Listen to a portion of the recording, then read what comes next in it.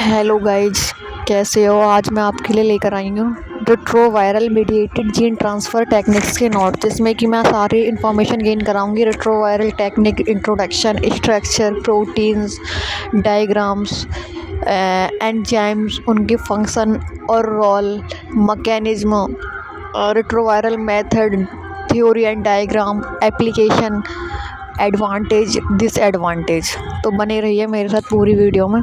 तो देखिए, retroviral mediated gene transfer technique, उसकी मैंने डेफिनेशन दे रखी है, आप देख सकते हो। जो retroviral mediated gene transfer technique है, उसका यूज हम introduce genetic material into cell, मतलब कि सेल्स से जेनेटिक मटेरियल को इंट्रोड्यूस करने के लिए रेट्रोवायरस का यूज करते हैं। ठीक है, नीचे मैंने अभी देखेंगे रेट्रोवायरल या रेट्रोवायरस के स्ट्रक्चर को भी एक्सप्लोर किया है, क्योंकि वो कैसे बना होता है। तो उसमें एनवेलप प्रेजेंट होता है, आरएनए जेनेटिक मटेरियल होता है। पता है वायरसों में डीएनए तो प्रेजेंट होता नहीं, आरएनए होता है, तो इसलिए जेनेटिक मटेरियल उनका आरएनए होता है। और इनमें इसके अंदर एंजाइम्स एंड प्रोटीन्स भी प्रेजेंट होते हैं। फिर मैंने एनवेलप को भी डिस्क्राइब कर रखा है कि क्यों होता है, किस लिए होता है, क्यों जरूरी होता है, एनवायरनमेंट से कैसे बना होता है। तो ये लिपिड और ग्लाइकोप्रोटीन से बना होता है, जो कि प्रोटेक्ट करता है वायरस को आउटसाइड के एनवायरनमेंट से। ठीक है, फोर्थ पॉइंट में, और ये फ्यूजन में भी हेल्प करता है। ठीक है, नेक्स्ट हम पढ़ेंगे आरएनए। आरएनए का क्या काम होता है इसके अंदर, तो देखते हैं कि आरएनए का क्या काम होता है। आरएनए जो रेट्रोवायरस कंजिस्ट करता है वो डाइमर होता है। ठीक है, सिंगल नहीं होता, डाइमर होता है आरएनए। उसमें 5 cap and 3 poly A tail present होती है इसके अंदर। ये कंटेन करता है रीजन्स को नॉन कोडिंग इंटरनल रीजन। ठीक है, encode viral protein for gene expression. इसके बाद हम इसके अंदर जो प्रोटीन्स प्रेजेंट होते हैं उसमें देखते हैं कौन कौन से प्रोटीन प्रेजेंट होते हैं। Gag, pole and envelope protein, जो कि ग्लाइकोप्रोटीन्स होते हैं। ठीक है, तो गैग को देखते हैं। जो गैग जो इसके अंदर प्रेजेंट होता है वो एनकोड करता है कैप्सिड मैट्रिक्स को। ठीक है, फिर नीचे हमने देख सकते हैं पोल एनकोड करता है वायरल एंजाइम्स के प्रोटीएज, रिवर्स ट्रांसक्रिप्टेज एंजाइम्स को। ठीक है, retroviral mediated gene transfer technique में इसका बहुत ही क्रूशियल रोल होता है कन्वर्जन में। ठीक है, ये ट्रांसक्राइब करता है, इंटीग्रेट करता है।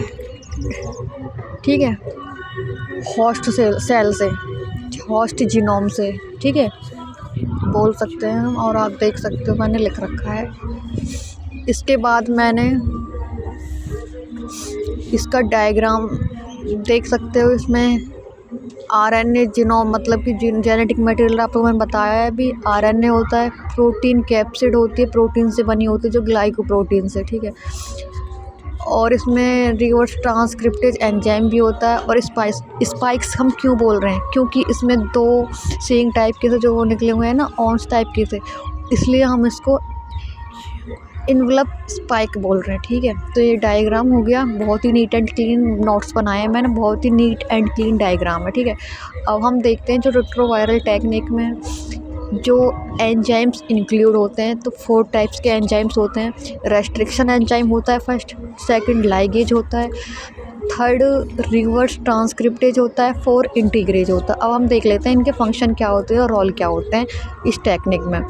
तो ये जो रेस्ट्रिक्शन एंजाइम हम बहुत पहले से पढ़ते आ रहे हैं कि इसका काम होता है किसी भी चीज़ को कट करना, बायोमॉलिक्यूल को। तो ये एक स्पेसिफिक साइट, रिकॉग्नाइजेशन साइट को कट करता है। रोल, ये इंजर्शन डिजायर्ड जीन का इंसर्शन में हेल्प, रेट्रोवायरल से वेक्टर से निकालने में हेल्प करता है। फिर लाइगेज है, तो लाइगेज का मतलब हम समझ रहे हैं, लाइगेज एंजाइम में बहुत लाइगेशन, तो ये क्या करता है, जॉइन, जो एंड कटे हुए होते हैं, जो डिजायर्ड जीन्स होती हैं उनको जब हम कोई नया प्लाज्मिड या कुछ भी फॉर्म करते हैं तो उसको ज्वाइन करने के लिए हम लाइगेज एंजाइम का यूज करते हैं।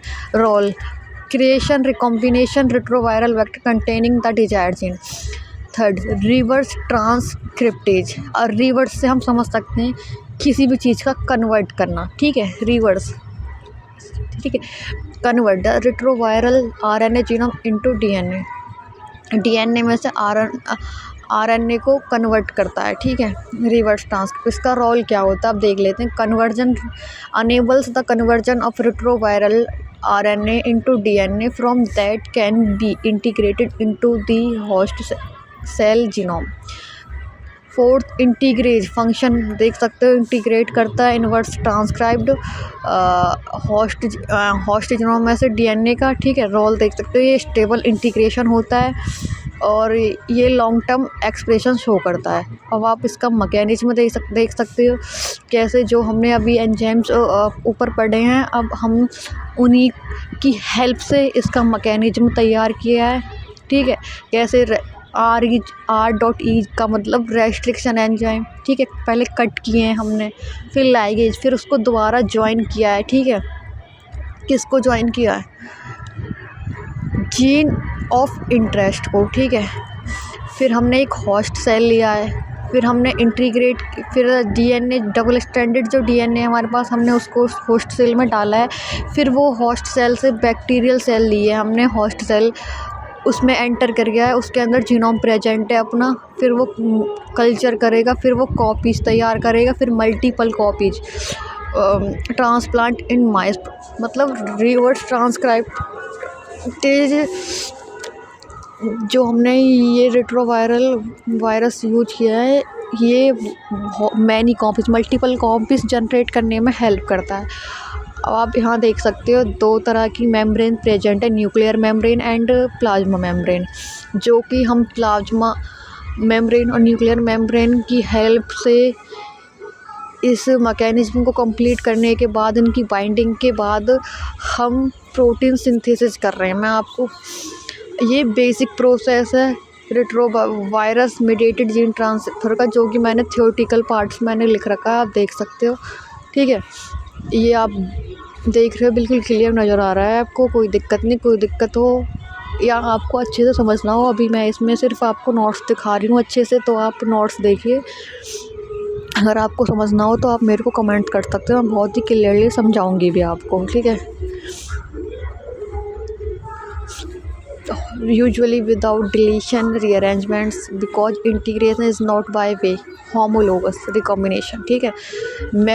method is not used effectively for side, मतलब कि ये साइड डायरेक्टेड म्यूटाजेनेसिस के लिए बिल्कुल भी इफ़ेक्टिव यूज़ नहीं, मतलब बहुत ज़्यादा यूज़ नहीं किया जाता, बहुत लेस टाइम होता है जब हम इस मेथड को साइड डायरेक्टेड म्यूटाजेनेसिस के लिए यूज करते हैं, ठीक है। अब डोनर फीमेल आप देख सकते हो, फिर हमने 8 सेल एम्ब्रायो लिया है, ठीक है। फिर रेट्रोवायरस में जिसमें ट्रांसजीन लगी हुई है, फिर ये इम्प्लांटेड हुआ है, फिर ट्रांसजेनिक फाउंडर, ठीक है। तो इसको रेट्रोवायरल वेक्टर मेथड बोलते हैं। इसके बाद आपने देख लिया होगा डायग्राम इसका।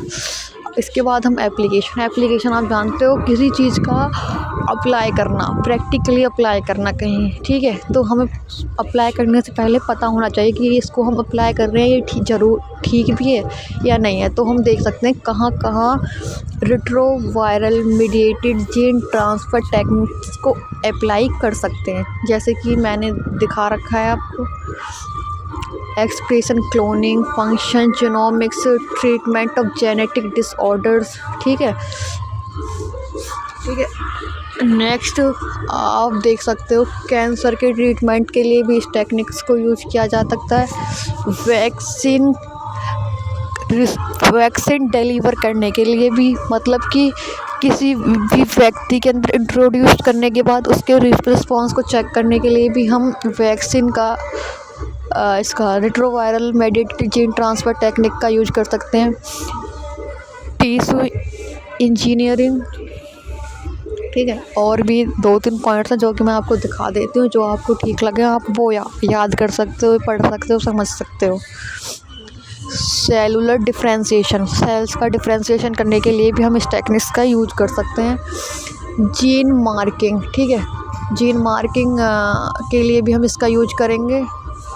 और मेनली हम एनिमल बायोटेक्नोलॉजी पढ़ रहे हैं तो हम उसके लिए तो इस टेक्निक का यूज करेंगे डेवलपिंग ट्रांसजेनिक एनिमल। अब हम एडवांटेज देख लेते हैं इस रेट्रोवायरस की, ठीक है। ये हाई लेवल का जीन ट्रांसफ़र करता है। ये टेक्निक जो है बहुत लॉन्ग टर्म तक स्टेबल एक्सप्रेशन शो करती है। ये dividing and non dividing cells दोनों में इंक्लूड इन्फेक्ट करती है बहुत ज़्यादा रेंज में। ये मेथड यूज्ड बहुत विट्रो एंड वीवो, ठीक है। थर्ड, ये इसका जो बहुत ही क्रूशियल ट्रायल होती है जीन थेरेपी के लिए, ये यूज्ड होती है study of gene function regulation. Easily manipulate मतलब चेंज कर सकते हैं और प्रोड्यूस भी कर सकते हैं इस टेक्निक्स के थ्रू। लो रिस्क होता है फॉर इम्यून रिस्पॉन्स, ठीक है।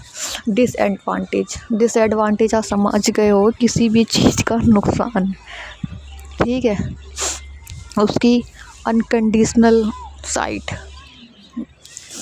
जैसे कि आप देख सकते हो ये रैंडमली इंटीग्रेट करता है जीनोम से, ठीक है, जीन म्यूटेशन में।